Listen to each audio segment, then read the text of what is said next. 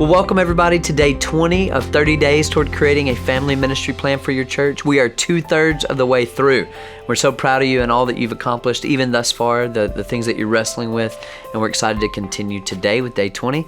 My name's Tommy. We're with Ron Hunter. He is the author of the DNA of D6. And before we get started, allow me to share what Timothy Paul Jones, who's at the Southern Baptist Theological Seminary, what he said about your book. He said, "The DNA of D6 is a powerful and practical family ministry book that I wholeheartedly recommend to every pastor, every ministry leader, and every parent who cares about healthy churches as well as Christ-centered families." So it's a pretty awesome quote. So today on day 20, what are some mistakes churches make with curriculum? We're kind of entering this curriculum talk, but especially related to family ministry. What mistakes do we make? Right. One of the mistakes is that we don't treat curriculum like that unseen staff member. If we hire very carefully, and we know if we're going to spend money on a staff member, we want to achieve certain goals. What are our goals with curriculum? Are our goals simply let each teacher or class pick whatever they want to pick?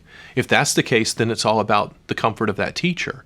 Or is it about the student and across the ages tearing down those silos so that there's connectivity? We're minding the gaps. We're taking away that one-eared Mickey Mouse, and we're allowing success. Churches often program, pick curriculum, staff for the comfort level of people who've been around for a long time. And we need to think about that new Christ follower who's only been, coming to church, into Scripture for a short time. And if one class is teaching Abraham and Isaac, another's teaching David and Goliath, another's teaching the fruit of the Spirit, and mom and dad's learning 1 Corinthians chapter 6, that ride home from church is going to be like the son who's in elementary learning about Abraham and Isaac says, "Mom, Dad, there was a really cool story in, life group or Sunday school today. We learned how Abraham, did not have to kill his son Isaac, and God provided this animal," and I can't remember what name it was. Was it a ram, a goat, a lamb?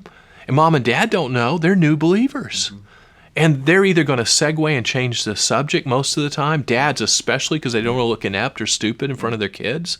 We had a teachable moment, and we failed when we could have set them up for success to teach them about God providing in unexpected ways, the same way Deuteronomy 6 talks about looking for teachable moments. And so if we have a curriculum that aligns the same thought and parents are learning at a deeper level, then we've set them up for success in a much more powerful way. And that's a family-centric model rather than everybody gets to pick what they want to do. Yeah, that makes a lot of sense. It really does. And so maybe our takeaway today can revolve around the word discern, meaning how are you going to coach your leaders and your teachers? How will you discern how to coach them so that they value curriculum? It's not just a tag on, but it really is something that they value. Also, how can you discern how to select curriculum? That we select curriculum not haphazardly, but how are we going to align all the ages? Because like you said, that's important. And that's something that our church does. I mean, we use the D6 curriculum. It's what you guys do.